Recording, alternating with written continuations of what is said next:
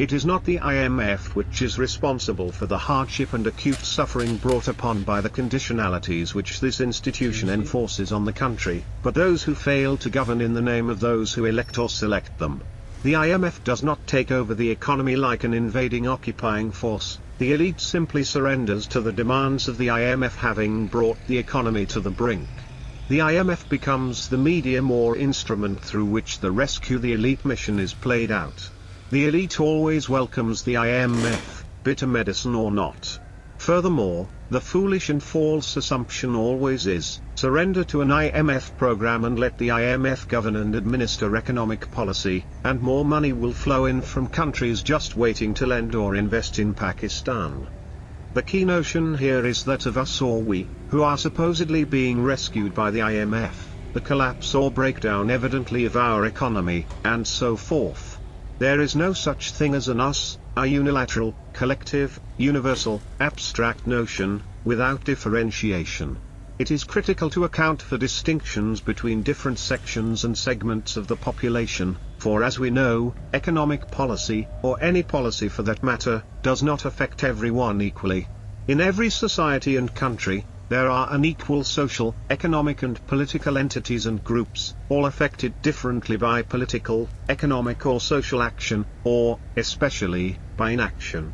For example, there is no denying the fact that Pakistan's economy is in extreme crisis, but clearly, even this state affects different people, genders and ethnic groups, differently.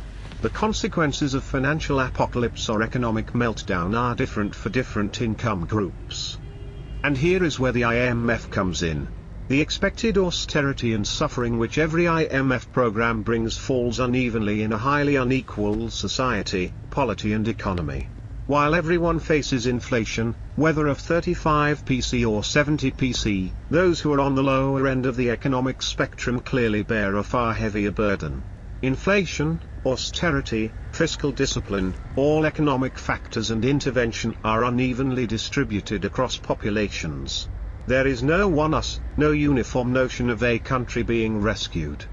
While the elite will, for a short while, also bear part of the burden of adjustment, as such austerity is referred to, it is only they who will benefit once the economy has been rescued. A fistful of dollars coming in, prices being upwardly adjusted, an exchange rate which is supposedly market-driven, will offer false hope to our elite while it grumbles about the tough measures of the IMF. The reforms which take place under adjustment only rescue capital and those who profit from it. Structural reforms, such as redistribution of power or property, by class, gender and region, are never part of any adjustment program.